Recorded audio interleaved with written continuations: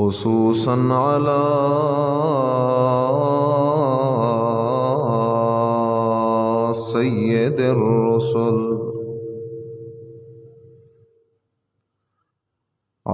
سيد الرسل وخاتم الأنبياء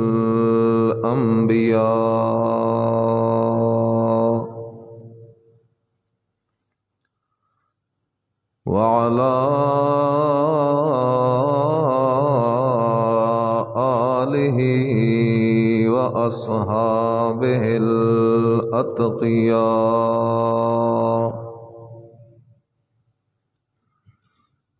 الذين هم خلاصة العرب العرباء وخير الخلائق بعد الأنبياء.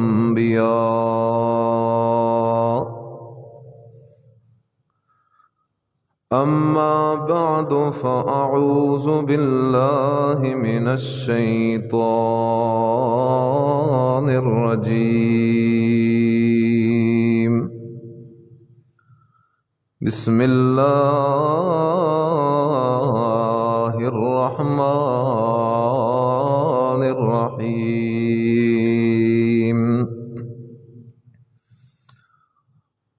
وأوحى ربك إلى النحل أن اتخذي من الجبال بيوتا ومن الشجر ومما يعرشون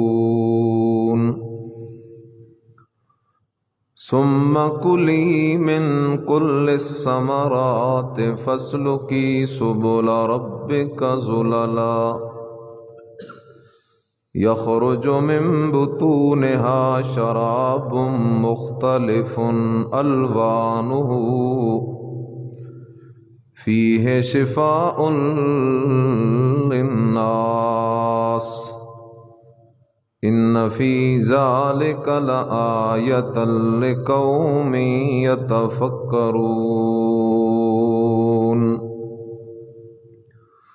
إن الله وملائكته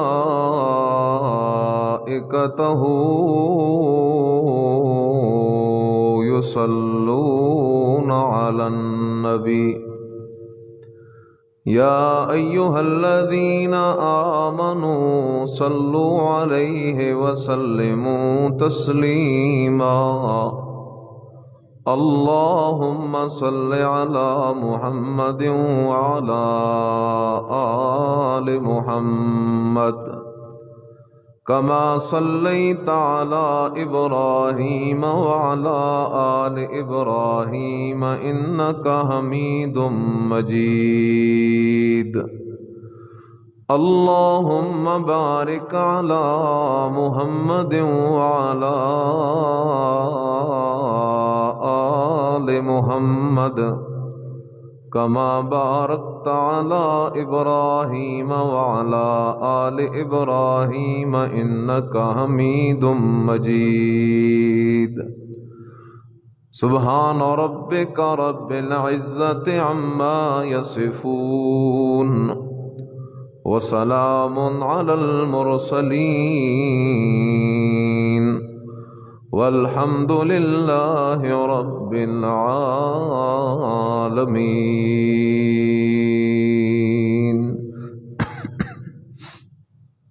رب اشرح لي صدري. انتہائی قابل صد احترام مسلمان دوستوں، بھائیوں، بزرگوں، آج سیرت النبی صلی اللہ علیہ وسلم کے سلسلہ کی 10ویں نشست ہے۔ گزشتہ جمعہ ہم نے ذکر کیا تھا حضرت سیدنا ابو بکر صدیق رضی اللہ تعالی عنہ کے اسلام قبول کرنے کا، اور سیدنا ابو بکر صدیق رضی اللہ تعالیٰ عنہ کی بہت ساری خصوصیات ہیں۔ جن میں سے پہلی خصوصیت تھی اول من آمنا، کہ مردوں میں سب سے پہلے ایمان لانے والے سیدنا ابو بکر صدیق ہیں رضی اللہ تعالی۔ اور دوسری خصوصیت ہے اول من دعا الی اللہ، کہ نبی علیہ السلام کے ماننے والوں میں سے جس نے سب سے پہلے دعوت کا کام شروع کیا، آگے تبلیغ شروع کی، دوسرے لوگوں کو اسلام کی طرف آنے کی ترغیب شروع کی، وہ شخصیت بھی سیدنا ابو بکر صدیق رضی اللہ تعالیٰ عنہ ہے۔ اور قربان جاؤں ابو بکر صدیق کی عظمتوں پر۔ حضرت ابو بکر صدیق رضی اللہ تعالیٰ عنہ کی دعوت کا نتیجہ ہے کہ حضرت عثمان بن عفان مسلمان ہوئے، حضرت عبد الرحمن بن عوف رضی اللہ تعالیٰ عنہ مسلمان ہوئے، حضرت زبیر بن عوام مسلمان ہوئے، حضرت سعد بن ابی وقاص رضی اللہ تعالیٰ عنہ مسلمان ہوئے، حضرت طلحہ مسلمان ہوئے۔ اس لیے کہ حضرت ابو بکر صدیق رضی اللہ تعالیٰ عنہ کی اسلام سے پہلے مکہ میں ایک بڑی حیثیت تھی، لوگ آپ کو بڑا چاہتے تھے، بڑا احترام کرتے تھے، بڑا ادب کرتے تھے۔ تو جب ان کو یہ بات سمجھ آئی کہ ہماری قوم تو جہنم میں جا رہی ہے شرک اور کفر کی وجہ سے، صحیح بات تو محمد عربی لے کر آئے ہیں صلی اللہ علیہ وسلم، تو انہوں نے اس دعوت کے کام کو آگے چلانا شروع کر دیا، اور وہ نبی علیہ السلام کے پاس ان 5-6 صحابہ کو اکٹھے لے کے آئے جب کوئی بھی نہیں تھا، اور ان حضرات نے اسلام قبول کیا۔ اس بنیاد پر یہ صدیق اکبر کی عظمت کا ایک نمایاں پہلو ہے۔ حضرت عثمان بن عفان کی جتنی نیکیاں ہیں ان میں ابو بکر صدیق کا حصہ ہے، حضرت عبد الرحمن بن عوف، حضرت سعد بن ابی وقاص، حضرت طلحہ، حضرت زبیر بن عوام، ان کبار صحابہ کی جتنی بھی دینی قربانیاں اور دینی کاوشیں ہیں، ان سب کی وجہ تو حضرت ابو بکر صدیق ہے رضی اللہ تعالی۔ بہرحال یہ سلسلہ چل رہا تھا، لیکن مکے والوں نے کوئی توجہ نہیں کی۔ مکے والوں کا خیال تھا کہ محمد صلی اللہ علیہ وسلم یہ اکیلے آدمی ہیں، ان کے ساتھ چند ایک لوگ لگ گئے ہیں جن کی کوئی حیثیت نہیں، یہ ہمارے لیے کوئی چیلنج نہیں بن سکتے، کیونکہ ایسے تو توحید کی آواز لگانے والے لوگ وقتاً فوقتاً عرب کی وادی میں آتے رہے، بہت سارے آئے۔ نبوت کے علاوہ بھی عرب میں کئی لوگ اکا دکا ہوتے تھے، وہ توحید کی بات کرتے رہتے تھے، لیکن ان کی کوئی سنتا ہی نہیں تھا۔ مکے والوں نے سمجھا کہ محمد صلی اللہ علیہ وسلم کے بارے بھی کہ یہ بھی انہی کی طرح کا ایک بندہ ہے، کچھ دن توحید کی آوازیں لگائے گا، اس کی بات کوئی سنے گا نہیں، لہٰذا اس کی بات بھی ختم ہو جائے گی۔ مکے والوں نے نبی علیہ السلام کی دعوت کی طرف کوئی خاص توجہ نہیں دی، لہذا چھپ چھپا کے یہ دعوت چل رہی تھی۔ نبی علیہ الصلوۃ والسلام نے اپنے صحابہ سے مشورہ کیا کہ مکہ کی کھلی فضاؤں میں تو ہم اللہ کی عبادت نہیں شروع کر سکتے، کیونکہ ہم چند لوگ ہیں اور یہ ہم پر ایک دم حملہ کریں گے، لہذا کوئی گھر منتخب کرو جس گھر کے اندر چھپ چھپ کے ہم اپنے اللہ کی عبادتیں کیا کریں۔ تو کس کا گھر ہو؟ تو دار ارقم کا انتخاب ہوا، حضرت ارقم رضی اللہ تعالیٰ عنہ کا گھر۔ یہ بھی ابتداءً اسلام لانے والے لوگوں میں سے ہے۔ بڑی سعادت ہے دار ارقم۔ حضرت عمر فاروق رضی اللہ تعالی عنہ کے اسلام لانے تک کا جو زمانہ ہے، اس زمانے میں مسلمانوں کی عبادت گاہ وہ دار ارقم تھی۔ مسلمانوں کی تعلیم و تربیت کی جگہ وہ دار ارقم تھی. یہاں ایک سلسلہ چل رہا تھا. اسی اثناء میں مسلمانوں کی تعداد ہو گئی کوئی لگ بھگ 40 کے صحابہ اکٹھے ہو گئے، مسلمان ہو گئے. تو ایک دن حضرت ابوبکر صدیق رضی اللہ تعالیٰ عنہ آئے، بڑے بہادر تھے.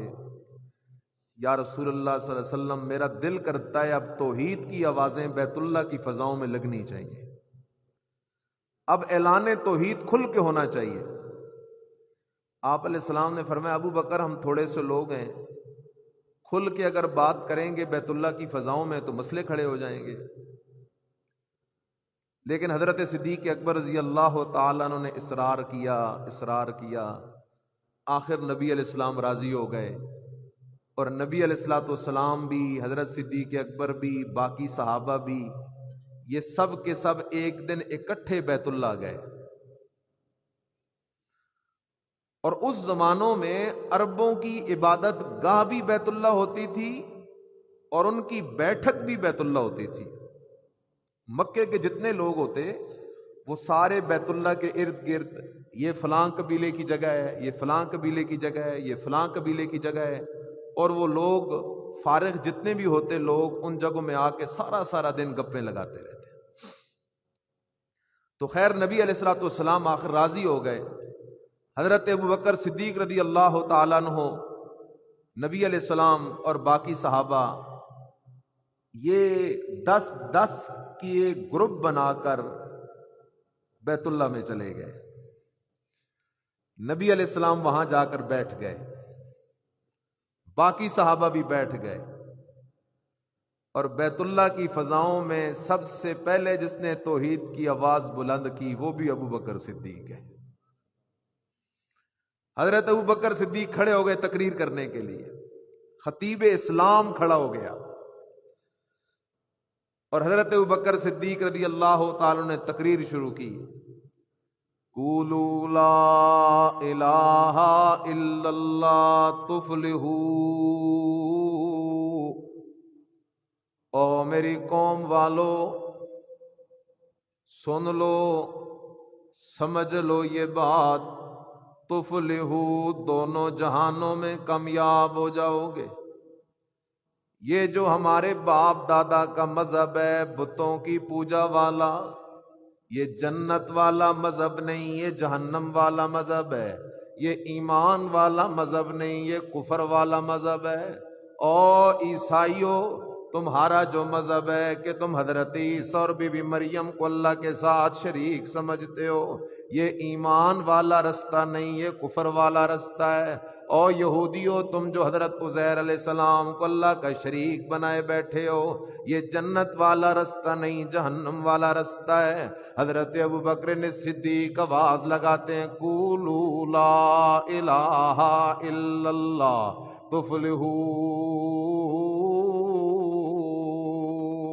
او میری قوم والو، اللہ کا ہم پہ فضل ہو گیا، اللہ کا ہم پہ کرم ہو گیا، اللہ کا ہم پہ احسان ہو گیا کہ اللہ نے ہمارے خاندان سے، ہمارے مکہ سے، بنو ہاشم سے اپنے آخری نبی محمد الرسول اللہ صلی اللہ علیہ وسلم کا انتخاب کیا ہے. نے ابو بکر صدیق کی ساری زندگی محمد کے ساتھ گزر گئی ہے.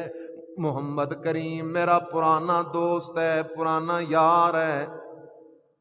دنیا کے کسی معاملے میں بھی کبھی اس کی زبان پہ جھوٹ نہیں آیا، گپ شپ مذاق میں بھی کبھی اس کی زبان پہ جھوٹ نہیں آیا. تو جو بندوں پہ جھوٹ نہیں بولتا، دوستوں پہ جھوٹ نہیں بولتا، عزیزوں رشتہ داروں پہ جھوٹ نہیں بولتا، وہ اللہ پہ جھوٹ کیسے بول سکتا ہے؟ اس لیے سن لو محمدی دعوت یہ ہے، لا الہ الا اللہ. یہ بت ککھ نفع نقصان کے مالک نہیں، یہ بت نہ کچھ دے سکتے ہیں نہ لے سکتے ہیں، یہ بت نہ سن سکتے ہیں نہ جان سکتے ہیں، یہ مشکل کشا نہیں ہو سکتے، حاجت روا نہیں ہو سکتے، دستگیر نہیں ہو سکتے، نافع و ضار نہیں ہو سکتے، غیب دان نہیں ہو سکتے، مختار کل نہیں ہو سکتے. حضرت صدیق اکبر بیت اللہ کے اندر کھڑے یہ تقریر کر رہے ہیں، جیسے اللہ کی توحید توحید کا مسئلہ ابو بکر صدیق نے بیان کیا، کافر سارے غصہ ہو گئے، غصہ ہو کے دوڑے حضرت ابو بکر صدیق پر حملہ کرنے کے لیے۔ لیکن یہاں ایک بات یاد رکھو، وہاں بیت اللہ میں گویے آ کے گانے گاتے تھے، وہاں بیت اللہ میں قوال آ کے قوالیاں کرتے تھے، وہاں لوگ اپنے باپ دادا کی نعتیں پڑھا کرتے تھے، وہاں قسم قسم کی لغو گفتگویں، نعتیں، تقریریں ہوتی تھیں، لیکن مکہ کے کافروں کو ان پہ غصہ نہیں آتا تھا، اس لیے کہ کافر کی نشانی یہ ہے اسے سب کچھ برداشت ہے لیکن رب کی توحید برداشت نہیں ہے۔ اس لیے ان کافروں کو غصہ جو چڑھا، فوراً حضرت سیدنا ابو بکر نے صدیق پہ حملہ آور ہو گئے۔ چند مسلمان ہیں، بڑی مشکل سے صحابہ نے نبی علیہ السلام کا دفاع کیا، کافر حملہ آور ہو گئے۔ حضرت سیدنا ابو بکر نے صدیق رضی اللہ تعالیٰ عنہ کو اتنا مارا، اتنا مارا، اتنا مارا کہ ابو بکر صدیق بے ہوش ہو گیا۔ اس لیے سن لو حضرت ابو بکر صدیق کی فضیلتیں۔ اول من آمنا ہوا ابو بکر صدیق، اول من دعا الی اللہ ہوا ابو بکر صدیق، اول من اوذی فی سبیل اللہ۔ اس امت میں پہلا وہ بندہ جس نے توحید کے لیے مار کھائی ہے وہ بھی ابو بکر صدیق ہے۔ اتنی مار پڑی ابو بکر صدیق رضی اللہ تعالیٰ عنہ کو، آخر قبیلے والے بنو تمیم والے، اللہ اکبر، سیرت والوں نے تو کچھ اور باتیں بھی لکھی ہیں۔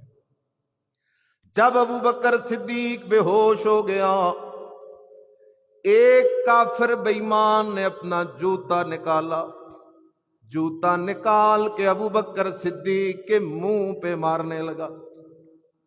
جرم کیا ہے ابو بکر صدیق کا؟ خدا کی توحید کا مسئلہ بیان کرنے کے علاوہ۔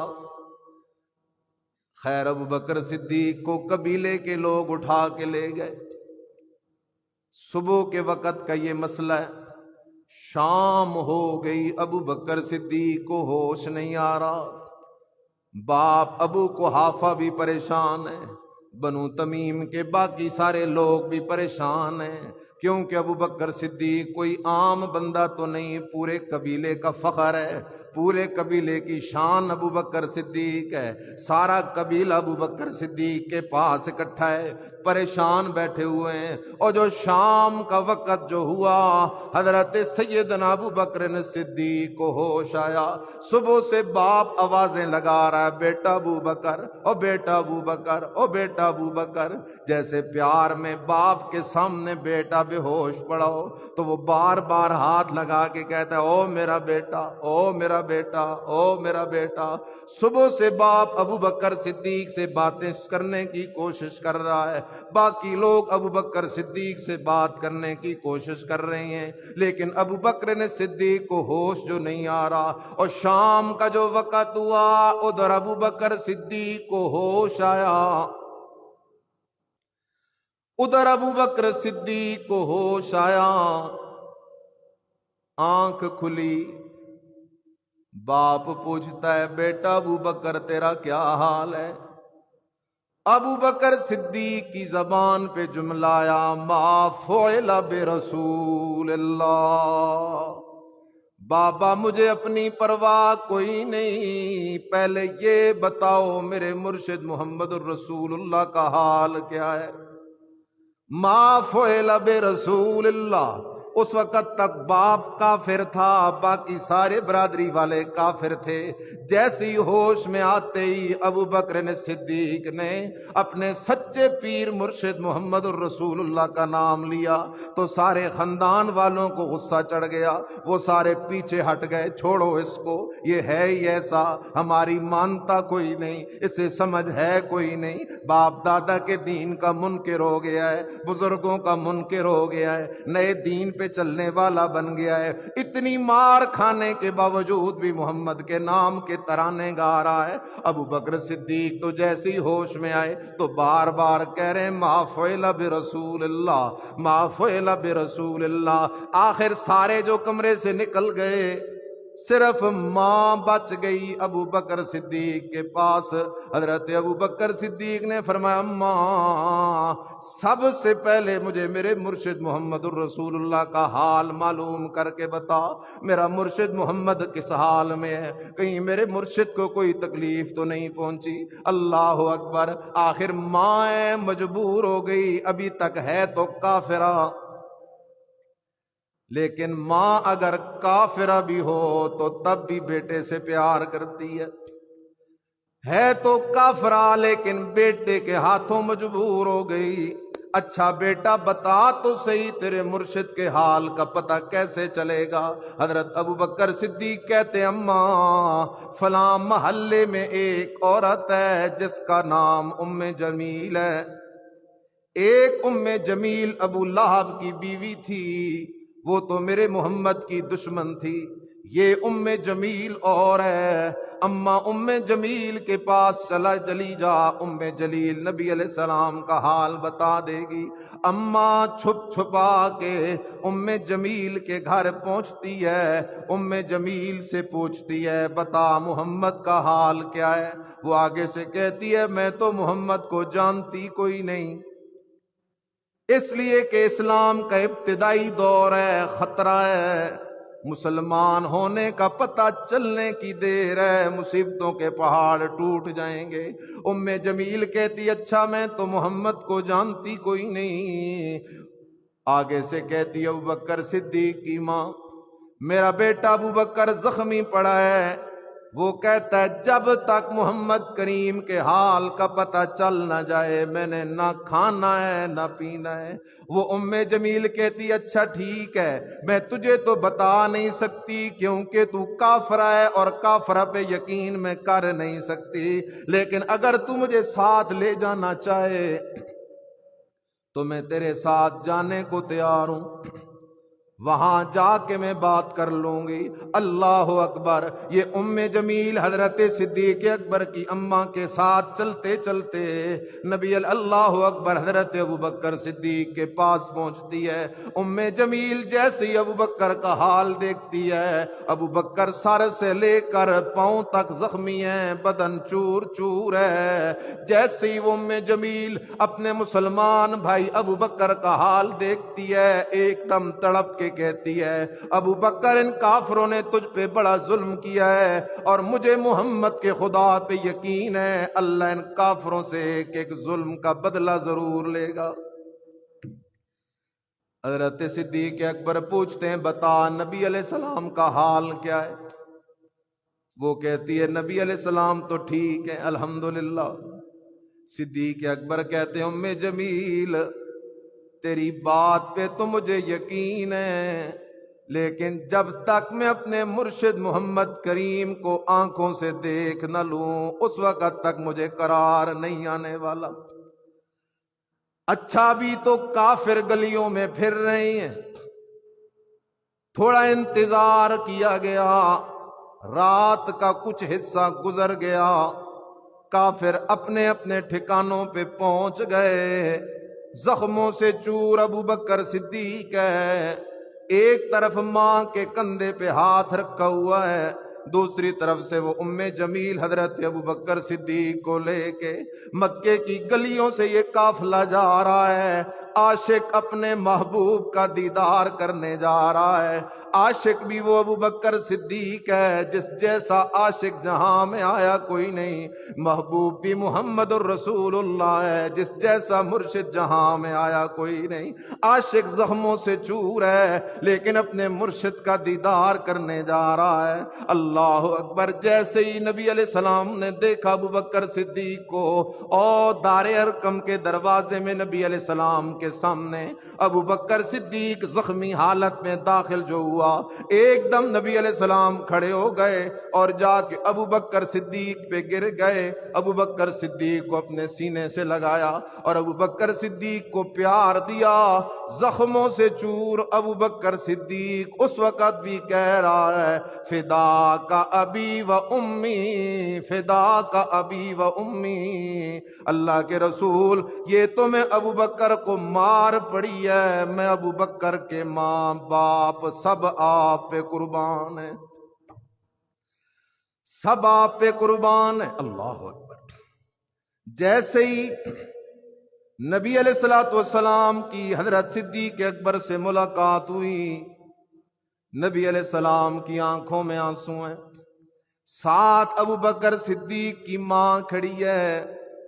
حضرت صدیق اکبر نے موقع تاڑ لیا اور فوراً نبی علیہ السلام سے کہنے لگے اللہ کے رسول میری ماں ہے، مجھ سے تو بڑا پیار کرتی ہے، لیکن اگر اس کفر اور شرک والے عقیدے پہ مر گئی تو سیدھی جہنم جائے گی. اس لیے اللہ کے رسول اللہ سے دعا کیجئے نا اللہ میری ماں کو بھی ایمان قبول کرنے کی توفیق عطا کرے. ادھر نبی علیہ السلام نے ہاتھ بلند جو کیے، ادھر اللہ پاک نے صدیق اکبر کی بوڑھی ماں کے دل کی دنیا بدل دی. اسی وقت وہ بوڑھی اماں نبی علیہ السلام سے کہتی ہے اے عبداللہ کے بیٹے محمد دیر نہ کر، مجھے کلمہ پڑھا، میں بھی ابو بکر صدیق والے مذہب پہ آنا چاہتی ہوں. مجھے تو زندگیاں گزر گئیں لات منات عزا کی پوجا کرتے کرتے، لیکن جو محبت اور وارفتگی میں نے ابو بکر میں دیکھی ہے کہ یہ اپنے خدا کے لیے سب کچھ قربان کرنے کو تیار ہے. ہمیں تو اپنے معبودوں سے ایسی محبت کوئی نہیں. لگتا ہے سچا دین ابو بکر کا دین ہے، محمد الرسول اللہ کا دین ہے. تو حضرت ابو بکر صدیق کی اماں نے بھی اسی وقت اسلام قبول کر لیا. اللہ اکبر. یہ سلسلہ چلتے جا رہا ہے. اب اللہ پاک نے نبی علیہ السلام کو حکم دیا، 3 سال کا عرصہ نبوت کو گزر گیا.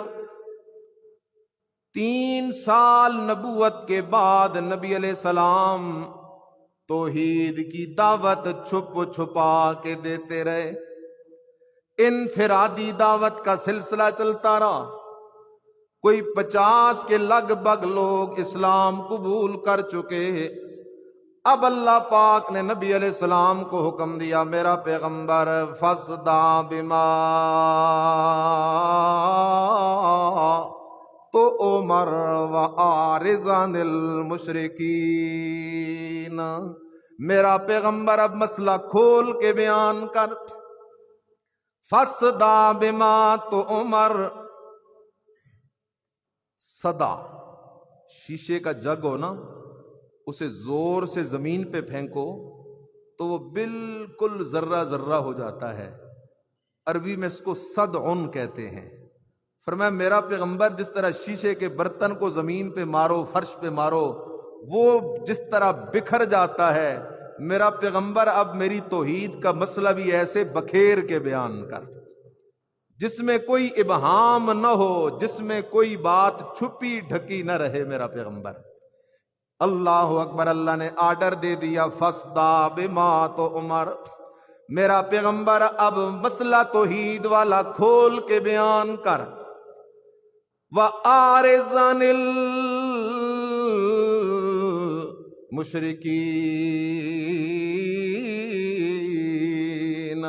میرا پیغمبر جب تو توحید والا مسئلہ بیان کرے گا تو یہ مشرک تیرے ساتھ بائیکاٹ بھی کریں گے، تیرے ساتھ رشتے ناتے تعلقات ختم کریں گے، تیرے ساتھ ہر قسم کی ظلم زیادتی پر یہ آ جائیں گے میرا پیغمبر. اس لیے میرا پیغمبر کسی کی پرواہ نہیں کرنی. وَأَعْرِضْ عَنِ الْمُشْرِكِينَ.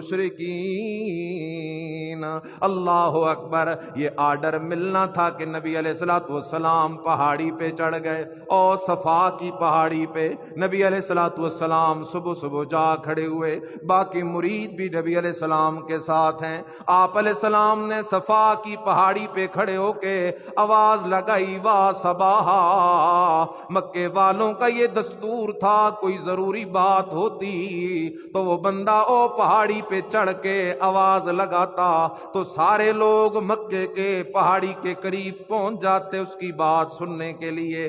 نبی علیہ السلام نے بھی پہاڑی پہ چڑھ کے جو صدا لگائی سارا مکہ اکٹھا ہو گیا. اپنے بھی آ گئے, پرائے بھی آ گئے, سارے قبیلوں کے لوگ وہاں جمع ہو گئے. نبی علیہ الصلوۃ والسلام نے مکہ والوں سے پوچھا او مکے والو بتاؤ تو صحیح, میں نے اپنی زندگی کی 40 سے زیادہ بہاریں تمہارے درمیان گزاری ہیں. بتاؤ تو صحیح اتنے زمانے میں تم نے مجھے سچا پایا یا جھوٹا پایا؟ سارے مکے والے کہنے لگے محمد پورے عرب میں تیرے جیسا سچا جوان ہم نے دیکھا کوئی نہیں. بتاؤ تو صحیح مجھے عادل پایا, انصاف کرنے والا پایا یا ظلم کرنے والا, ناانصافی کرنے والا پایا؟ سارے کہنے لگے محمد تیرے جیسا عادل بھی کوئی نہیں دیکھا, تیرے جیسا انصاف پسند بھی کوئی نہیں دیکھا, تیرے جیسا خوبصورت بھی کوئی نہیں دیکھا, تیرے جیسا خوب سیرت بھی کوئی نہیں دیکھا.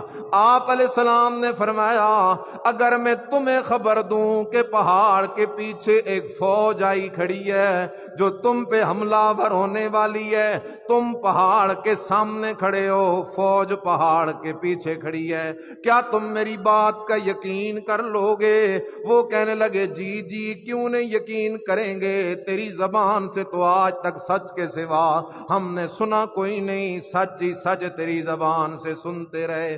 پہلے نبی علیہ السلام نے اپنا کردار پیش کیا, پہلے کردار پیش کیا, چونکہ دعوت توحید کے لیے داعی کا کردار بھی پاک ہونا چاہیے تاکہ اس کے کردار پہ کوئی انگلی نہ اٹھا سکے. اسی لیے جب حضرت یوسف علیہ السلام جیل میں تھے نا اور بادشاہ نے آرڈر بھیجا یوسف کو جیل سے رہا کر کے لے آؤ, بادشاہی آرڈر ہے, حضرت یوسف نے فرمایا تھا میں جیل سے اس وقت تک نہیں نکلوں گا جب تک اس الزام کا فیصلہ نہ ہو جائے جو الزام مجھ پر زلیخا نے لگایا ہے. یہ کیوں کی حضرت یوسف علیہ السلام نے تدبیر؟ مقصد یہ تھا کہ آگے میں نے رب کی توحید کا مسئلہ سنانا ہے اور جب میں رب کی توحید بیان کروں گا لوگ میرے کردار پہ سوال اٹھانا شروع کر دیں گے. اس لیے پہلے اپنے کردار کی صفائی کی تدبیر کی. بہرحال نبی علیہ الصلوۃ والسلام کھڑے ہیں پہاڑی پر. ایک بات یہاں سمجھنے کی ہے, ایک ہے ذات مصطفیٰ صلی اللہ علیہ وسلم اور ایک ہے بات مصطفیٰ صلی اللہ علیہ وسلم. ایک ہے میرے نبی کی شخصیت اور ایک ہے میرے نبی کا پیغام. ایک ہے میرے نبی کی ذات, ایک ہے میرے نبی کی دعوت, میرے نبی کی بات. مکے کے مشرک میرے نبی کی ذات کو مانتے تھے, میرے نبی کو وہ صادق کہتے تھے, امین کہتے تھے, اپنے اختلافات کے فیصلے کرواتے تھے. میرے نبی کے حسن و جمال کے وہ قائل تھے, صداقت و امانت کے قائل تھے, حسن تدبیر کے قائل تھے. اختلاف تھا پیغام مصطفیٰ کے ساتھ, دعوت مصطفیٰ کے ساتھ. اس لیے میرے نبی کا سچا امتی وہ ہے جو میرے نبی کی ذات کو بھی مانتا ہے, بات کو بھی مانتا ہے. مکے والا ذات کا عاشق تھا, بات کا منکر تھا. میرے نبی کی ذات کا عاشق کون نہ ہو, میرے نبی کی ذات سے عشق کون نہ کرے, وہ تو کائنات کی بے مثال ہستی ہے. اس لیے تو شاعر نے کیا خوب کہا, یا صاحب الجمال و یا سید البشر, یا صاحب الجمال و یا سید البشر, من وجہ کل منیر لقد نور القمر. لا یمکن الثناء کما کان حقہ بعد از خدا بزرگ تو ہی قصہ مختصر. اس لیے تو شاعر کہتا ہے اللہ اکبر، چاند سے تشبیہ دینا یہ بھی کوئی انصاف ہے، اس کے منہ پہ چھائیاں مدنی کا چہرہ صاف ہے. اس لیے تو شاعر حسان بن ثابت کہتا ہے وَأَحْسَنُ مِنْكَ لَمْ تَرَ قَطُّ عَيْنِي وَأَجْمَلُ مِنْكَ لَمْ تَلِدِ النِّسَاءُ خُلِقْتَ مُبَرَّأً مِّن كُلِّ عَيْبٍ كَأَنَّكَ قَدْ خُلِقْتَ كَمَا تَشَاءُ. لیکن اصل کامیابی ہے میرے نبی کی دعوت کو مان، میرے نبی کے مشن کو مان، میرے نبی کے پیغام کو مان، اس مسئلے کو مان جس مسئلے کے لیے میرے نبی نے 13 سال مکہ میں مارے کھائیں، اس مسئلے کو مان جس مسئلے کے لیے میرے نبی کی بیٹیوں کو طلاقیں ہوئیں، میرے نبی کو ساحر کہا گیا، مجنون کہا گیا، میرے نبی کو جھوٹا کہا گیا، میرے نبی سے سوشل بائیکاٹ کیا گیا. اس مسئلے کو مان جس مسئلے کی وجہ سے میرے نبی کو رات کی تاریکی میں روتے روتے مکہ چھوڑنا پڑا. اس مسئلے کو مان جس مسئلے کے لیے میرے نبی کے سپاہی جنگوں میں شہید ہوتے گئے. اس مسئلے کو مان جس مسئلے کے لیے چاچا ابو لہب دشمن بن کے میرے نبی کو پتھر مار رہا ہے. وہ مسئلہ کیا ہے؟ صفا کی پہاڑی پہ کھڑے ہو کے میرے نبی نے آواز لگائی او میری قوم والو، او میرے قبیلے والو، میں آج تمہیں ایک ایسا مسئلہ بیان کرنے لگا ہوں، اگر تم اس مسئلے کو قبول کر لو تو عرب تو چھوڑو اجمی بھی تمہارے ماتحت ہو جائیں گے. سارے جہان کی بادشاہی سرداری تمہیں مل جائے گی. اور مکے والوں کو سرداری تو بڑی پسند تھی. کہنے لگے علمنا یا محمد، اچھا محمد بتا تو صحیح نا وہ مسئلہ ہے کیا جس مسئلے کو ماننے میں ساری دنیا کی سرداری چھپی ہوئی ہے. نبی علیہ السلام نے اعلان کیا قولوا لا الہ الا اللہ. او میری قوم والو کلمہ پڑھو لیکن سمجھ کے پڑھو. اور میرے عزیز خیال کر، ایک کلمہ پڑھنا بغیر سمجھے کلمہ پڑھنے سے دنیا والوں کی نظر میں تو بندہ مسلمان بن جاتا ہے، لیکن اللہ کے نزدیک بندہ مومن مسلم تب بنتا ہے جب کلمے کو دل سے پڑھتا ہے. اور کلمہ دل سے پڑھنے کا مطلب یہ ہے کہ کلمے کو سمجھ کے پڑھ. اس لیے مکے والے عربی دان تھے، وہ کلمے کو سمجھتے تھے. جیسے ہی میرے مدنی نے آواز لگائی قولوا لا الہ الا اللہ، تو مکے والے سمجھ گئے محمد جو کلمہ بیان کر رہا ہے اس کلمے کا مطلب یہ ہے کہ لات منات عزا کو سجدہ کرنے کی اجازت نہیں، لات منات عزا کا طواف کرنے کی اجازت نہیں، لات منات عزا کے نام کی نظر نیازیں دینے کی اجازت نہیں. لات منات عزا نہ مشکل کشا بن سکتے ہیں، نہ حاجت روا بن سکتے ہیں، نہ داتا نہ دستگیر بن سکتے ہیں. مکے والے کو کلمہ سمجھ آ گیا تھا، مکہ والا سمجھ گیا تھا یہ محمد جو کلمہ لے کے آیا ہے اس کا خلاصہ یہ ہے اللہ کے سوا نہ کوئی سجدے کے لائق، نہ کوئی رکوع کے لائق، نہ کوئی طواف کے لائق، نہ کوئی نظر کے لائق، نہ کوئی نیاز کے لائق، نہ کوئی منت کے لائق، نہ کوئی منوت کے لائق، نہ کوئی چڑھاوے کے لائق، نہ کوئی حاجت روا، نہ کوئی مشکل کشا، نہ کوئی نافع، نہ کوئی زار، نہ کوئی بیٹے بیٹیاں دینے والا، نہ کوئی بیٹے بیٹیاں لینے والا، نہ کوئی ڈوبتے بیڑوں کو کنارے لگانے والا، نہ کوئی لج پال ہے، نہ کوئی سر پرست ہے. لا الہ الا اللہ تفلحو، دونوں جہانوں میں کامیاب ہو جاؤ گے. آج تو مصیبت یہ ہے نا، دین ضد بازی کی چیز نہیں، دھڑے بندی کی چیز نہیں، گروپ بندی کی چیز نہیں، جھگڑوں کی چیز نہیں. دین سمجھنے سمجھانے کی چیز ہے. میں کہا کرتا ہوں وہاں یہ نہیں ہوگا فرشتہ اعلان کرے گا دیوبندی جنت میں چلے جاؤ باقی سارے جہنم میں. نہیں، عرب میں تو دیوبندی ہے ہی کوئی نہیں. وہاں یہ نہیں ہوگا بریلوی جنت چلے جاؤ باقی سارے جہنم چلے جاؤ. نہیں، اہل حدیث جنت چلے جاؤ باقی سارے جہنم. نہیں، یہ تو ہندوستان کی تقسیمیں ہیں. میرے بھائی اگر نجات چاہتا ہے تو ان دھڑوں سے نکل اور قرآن کے قریب آ. ان جھگڑوں سے نکل اور قرآن کے قریب آ. نجات اللہ کے قرآن کو ماننے میں ہے، محمد الرسول اللہ صلی اللہ علیہ وسلم کی سنت کو ماننے میں ہے. اس میں نجات ہے. آج مصیبت یہ ہے میرا نادان دوست کلمہ پڑھتا بھی ہے قبر کو سجدہ بھی نہیں چھوڑتا. کلمہ پڑھتا بھی ہے قبر پہ طواف بھی نہیں چھوڑتا. کلمہ پڑھتا بھی ہے قبر والے کے نام پہ نظر نیاز منت منوت بھی نہیں چھوڑتا. کلمہ پڑھتا بھی ہے قبر والے کو حاجت روا مشکل کشا بھی سمجھنے سے باز نہیں آتا، اس لیے کہ اسے کلمے کی سمجھ نہیں، محمدی دعوت کو سمجھنا ہے تو قرآن کے قریب آ. میرے رب نے کوئی کسر نہیں چھوڑی اپنی توحید کا مسئلہ سمجھانے میں. میں نے قرآن کی جو آیت پڑھی تھی سورۃ النحل ہے، اللہ کہتا ہے او بندہ غور کر، او بندہ غور کر، او بندہ غور کر.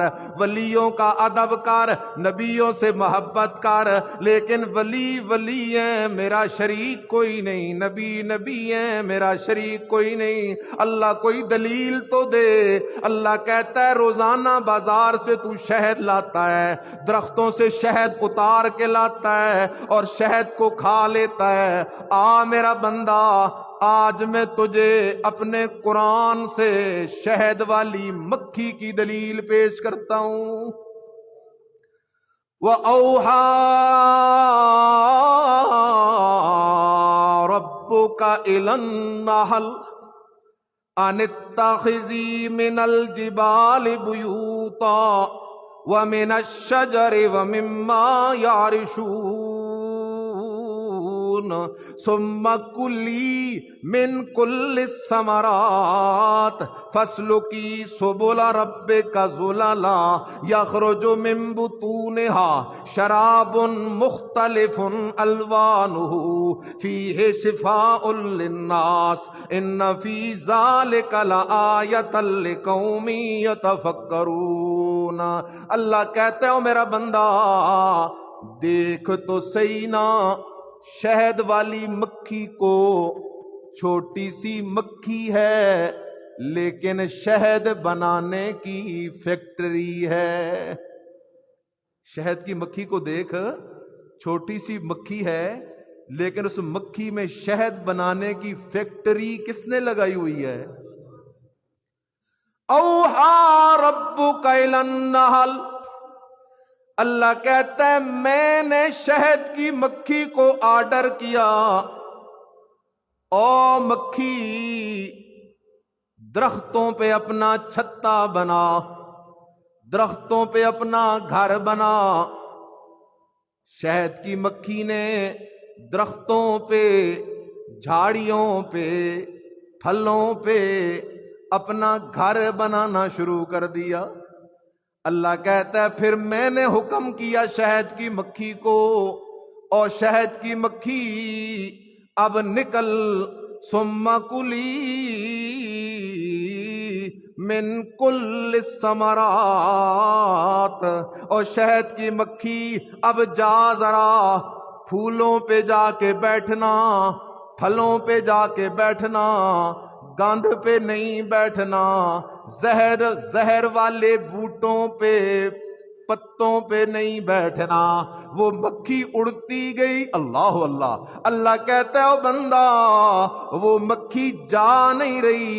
فَاسْلُكِي سُبُلَ رَبِّكَ ربک ذللا، میں اللہ نے اسے روٹ دیا، اس روٹ پہ اڑتی جا، فلاں جگہ پہنچ کے فلاں پھل سے فلاں پھول سے جا کے رس چوس کے اس رس کو اپنے پیٹ میں محفوظ کر کے سٹور کر کے واپس آ جا اپنے چھتے پہ، تیرے پیٹ میں وہ رس جائے گا تو رس ہوگا، لیکن جب تیرے پیٹ سے وہ رس نکلے گا تو شہد بن جائے گا۔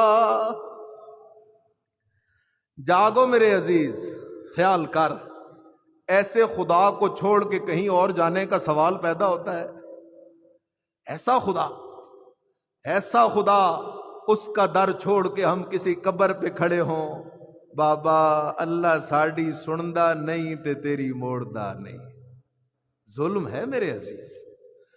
اللہ کہتا ہے فیہ شفاء للناس، او میرے بندو یہ جو شہد میں نے اس مکھی کے ذریعے بنوایا ہے، اس میں خدا نے تمہاری بیماریوں کی شفا رکھ دی ہے۔ ایک صحابی نبی علیہ السلام کے پاس آیا، حضرت میرا پیٹ خراب ہے، اس حال ہے، آپ نے فرمایا شہد استعمال کر۔ وہ گیا، اس نے شہد استعمال کیا، پیٹ اور زیادہ جاری ہو گیا۔ حضرت جی یہ تو مسئلہ اور بڑھ گیا ہے، فرمایا اور استعمال کر۔ وہ گیا، پھر شہد استعمال کیا، پیٹ اور جاری ہو گیا۔ حضرت جی یہ مسئلہ تو اور بڑھ گیا ہے، فرمایا اور استعمال کر۔ تیسری دفعہ استعمال جو کیا تو صحت مند ہو گیا۔ میرے محمد کریم نے فرمایا مریدا، ہم سب کی سوچ بات فکر غلط ہو سکتی ہے، لیکن رب کا فیصلہ غلط نہیں ہو سکتا۔ فیہ شفاء للناس۔ تو میرے محمد کریم نے پہاڑی پہ کھڑے ہو کے وہ مسئلہ بیان کیا، جس مسئلے کو ماننے والا ابو بکر صدیق بن گیا اور نہ ماننے والا ابو جہل بن گیا۔ نہ ماننے والا یہ ابو جہل جو ہے نا، اس کا لقب تھا ابو الحکم۔ ابو الحکم یہ بڑا جرگے کرتا تھا پورے عرب کے، اس کی سمجھداری مشہور تھی، پورے عرب کا لیڈر تھا، لیکن جب رب کی توحید کا منکر بنانا تو ابو جہل بن گیا۔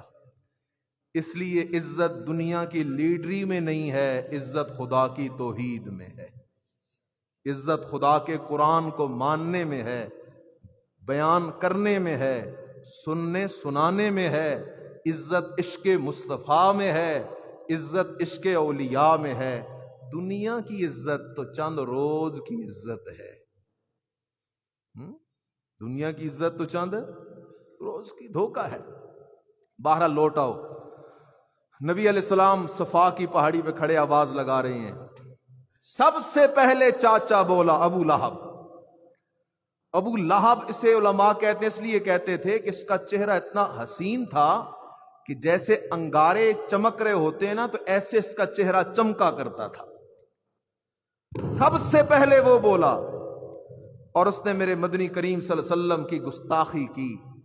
اس نے کہا تبا لک سائر الیوم۔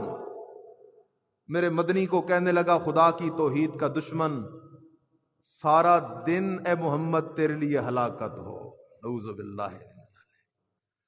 فرش پہ ابو لہب نے میرے محمد کی گستاخی کی، اللہ نے عرش سے جواب نازل کیا، اللہ نے عرش سے جواب نازل کیا، تبت یدا ابی لہب وتب ما اغنا عنہ مالہ وما کسب سیصلی نارا ذات لہب وامرأتہ حمالۃ الحطب. ذرا بیدار ہو میرے عزیز، ذرا بیدار ہو. او ابو لہب ایک وقت تھا میرے نبی کا عاشق تھا، جب صرف میرے نبی کی ذات کی بات تھی. میرے نبی پیدا ہوئے، ابو لہب کو جا کر ایک باندی نے بتایا جس کا نام سویبہ تھا، اے ابو لہب تیرا بھتیجا پیدا ہوا ہے، تیرے بھائی عبداللہ کے ہاں بچہ پیدا ہوا ہے. ابو لہب اتنا خوش ہوا، اس نے فوراً اپنی اس باندی کو آزاد کر دیا. ذات مصطفیٰ کا عاشق تھا میرا محمد پیارا بھتیجا جو تھا ابو لہب کا. لیکن جب میرے نبی کی بات آئی، میرے نبی کی دعوت آئی، میرے نبی کا دین آیا، میرے نبی کا پیغام آیا، میرے نبی کا مشن آیا، قولوا لا الہ الا اللہ تفلحوا. پہلا پتھر مارنے والا بھی ابو لہب ہے، پہلی بکواس کرنے والا بھی ابو لہب ہے، میرے نبی کا سب سے بڑا مخالف بھی ابو لہب ہے، میرے نبی کی توہین کرتا ہے. اللہ عرشوں سے قرآن اتار کے جواب دیتا ہے، تبت یدا ابی لہب وتب. او ابو لہب ظالما، تو نے جن ہاتھوں سے میرے لاڈلے محمد کریم کو پتھر مارے ہیں، تیرے دونوں ہاتھ ہلاک ہو گئے، تیرے دونوں ہاتھ برباد ہو گئے. وتب، اور تو سر سے لے کر پاؤں تک سارے کا سارا ہلاک ہو گیا، سارے کا سارا تباہ ہو گیا، سارے کا سارا برباد ہو گیا. ما اغنا عنہ مالہ وما کسبا.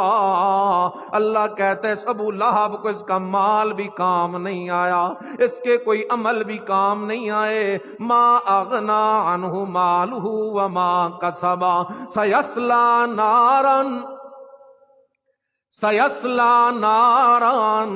اللہ، بیدار ہو میرے عزیز. پتہ نہیں کس گلی میں زندگی کی شام ہو جائے، اور اس جملے کو اپنے دل کی تختی پہ لکھ لے، تختی پہ لکھ لے. اگر خدا کی توحید پہ موت آ گئی نا، خدا کی توحید پہ موت آ گئی نا، اگلی منزلیں اللہ کے فضل سے آسان ہو ہی جائیں گی. لیکن اللہ نہ کرے، اللہ نہ کرے، اللہ نہ کرے، اگر شرک پہ موت آ گئی نا، شرک پہ موت آ گئی تو دیکھ ذرا، چاچا ہے میرے نبی کا، میرے نبی کا سگا چاچا ہے، سگا چاچا، لیکن توحید کا منکر ہے، میرے نبی کی دعوت کا منکر ہے، میرے نبی کے مشن کا منکر ہے. اللہ سنا رہا ہے فیصلہ، سیصلی نارن ذات لہب. مرنے کی دیر ہے، یہ سیدھا جہنم کی شعلوں والی آگ میں جائے گا. سیصلی نارن ذات لہب وامرأتہ حمالۃ الحطب. اللہ اکبر. جس طرح ابو لہب میرے نبی کا دشمن، اس طرح ابو لہب کی بیوی ام جمیل بھی میرے نبی کی دشمن.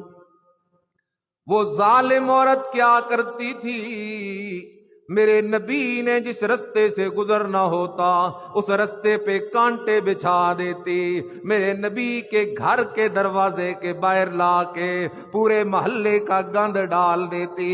آتے جاتے میرے نبی کو برا بھلا کہتی، لان تان کرتی.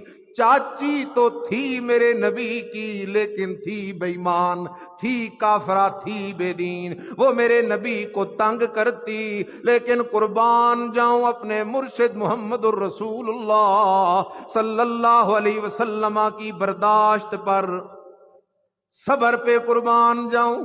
ایک جملہ میں یہاں ضروری کہنا سمجھتا ہوں، آج ہم مسلمانوں میں بھی برداشت کوئی نہیں. بازار میں چھوٹی چھوٹی باتوں پہ لڑائیاں، گھر میں چھوٹی چھوٹی باتوں پہ لڑائیاں. بڑا وہ ہے جس کا حوصلہ بڑا ہے، اس لیے حوصلہ پیدا کر. ہم تو اس نبی کے امتی ہیں، اس نبی کے امتی ہیں. ایک دن ایک یہودی آیا جس سے نبی علیہ السلام نے ادھار پہ کوئی چیز خریدی تھی، لیکن ابھی ٹائم پورا نہیں ہوا تھا، لیکن وہ یہودی بے ایمان وقت سے پہلے نبی علیہ السلام کے پاس آ گیا اور آ کے کہنے لگا جلدی کر، ٹائم پورا ہو گیا ہے، میرے پیسے میرے حوالے کر۔ آپ علیہ السلام نے فرمایا ابھی تو ٹائم پورا ہوا کوئی نہیں، معاہدہ جو تھا ابھی وقت باقی ہے۔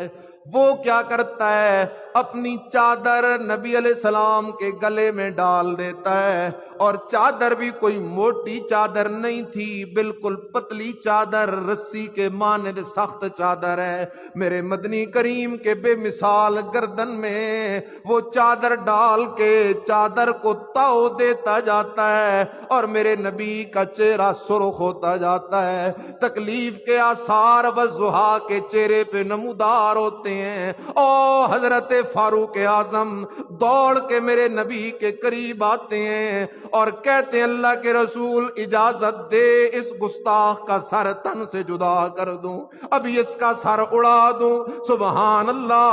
لیکن میرا مرشد محمد کریم آگے سے مسکرا کے کہتے ابو بکر یہ جواب ٹھیک نہیں، یہ جواب ٹھیک نہیں، اس نے گردن جو چھوڑی یہ جواب ٹھیک نہیں، تجھے کہنا چاہیے تھا کہ معاملہ درست طریقے سے حل کرو۔ میرے مدنی اس یہودی پہ غصہ تک نہ ہوئے، اسے لان تان تک نہ کی، حضرت صدیق اکبر کو اس پہ ہاتھ اٹھانے کی اجازت تک نہ دی۔ اس یہودی کافر نے جب میرے مدنی محمد الرسول اللہ صلی اللہ علیہ وسلم کا یہ اخلاق کے کریمانہ دیکھا، ادھر کھڑے کھڑے نعرہ لگا کے کہتا ہے اشہد اللہ الہ الا اللہ و اشہد ان محمدان عبدہ ورسولہ۔ اس لیے وہ تھی تو چاچی میرے نبی کی، ابو لہب تھا تو چاچا میرے نبی کا، وہ ام جمیل تھی تو چاچی میرے نبی کی، لیکن میرے نبی نے جو مسئلہ پیغام اور دعوت رب کی توحید والا پیش کیا تھا انہوں نے وہ مسئلہ نہ مانا۔ اللہ نے فرمایا وَامْرَأَتُهُ حَمَّالَةَ الْحَطَبِ فِي جِيدِهَا حَبْلٌ مِّن مَّسَدٍ۔ چلو مرنے کی دیر ہے، اس کے گلے میں مونج کی رسی ڈال کر اسے بھی جہنم میں الٹا لٹکا دیا جائے گا۔ اللہ اکبر۔ ذرا خیال کر میرے عزیزا، ایک ہے ذات پیغمبر، ایک ہے بات پیغمبر، ایک ہے میرے نبی کی شخصیت، ایک ہے میرے نبی کی دعوت۔ اگر سچا محمدی ماننا چاہتا ہے، میرے نبی کی ذات کا بھی عاشق بن، میرے نبی کی بات کا بھی عاشق بن، میرے نبی کی شخصیت کا بھی عاشق بن، میرے نبی کی دعوت و پیغام کا بھی عاشق بن۔ اور محمدی دعوت صرف محمدی دعوت نہیں، کم و بیش 1.25 لاکھ نبیوں کی دعوت، 4 آسمانی کتابوں کی دعوت، کم و بیش 100 صحیفوں کی دعوت، حتیٰ کہ کائنات کے ذرے ذرے کی دعوت ہے۔ لا الہ الا اللہ،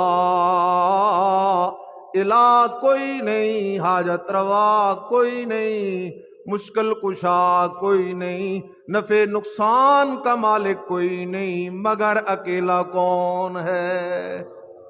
اللہ ہی ہے، اللہ کے سوا کوئی نہیں۔ آگے موضوع چل رہا ہے حضرت امیر حمزہ رضی اللہ تعالیٰ عنہ کا اسلام لانا، کمال کا عنوان ہے، اگلے جمعے کے لیے رہ گیا۔ ایک درخواست ہے، آپ کو پتہ ہے کہ دینی مدارس دین کی خدمت میں مشغول ہیں، اور اللہ کے فضل سے اور آپ مسلمانوں کے تعاون سے چلتے ہیں۔ ہمارا ایک بہت بڑا دینی ادارہ ہے قائد آباد میں، جہاں تک دور حدیث تک سلسلہ ہے، بہت قدیم ادارہ ہے۔ تو وہاں سے کچھ ساتھی آئے ہوئے ہیں تعاون کے سلسلے میں۔ آپ کو اللہ پاک نے جو مالی وسعت دی ہے ضرور تعاون فرمائیں، آپ کا ایک ایک دیا ہوا روپیہ صحیح اپنے مصرف پہ خرچ ہوگا۔ ذہن میں یہ رکھا کریں دین پہ ہم جو لگائیں وہ اللہ کی توفیق سے لگتا ہے۔ بعض اوقات بڑا مالدار بندہ ہوگا، دین کے لیے 100 روپے لگاتے اس کی جان جائے گی، اور بعض اوقات ایک غریب بندہ ہوگا وہ بڑے کھلے دل سے لگائے گا۔ یہ اللہ کی توفیق کی بات ہے، مالداری یا غربت کی بات نہیں۔ جو دین پہ لگاؤ گے اس کا بدلہ اللہ دنیا اور آخرت میں ضرور عطا فرمائے گا۔ نماز کے بعد بندہ وہاں باہر بیٹھا ہوگا، آپ ساتھی جتنا ہو سکے ضرور تعاون فرمائیں۔ آخر دعوانا الحمدللہ رب العالمین۔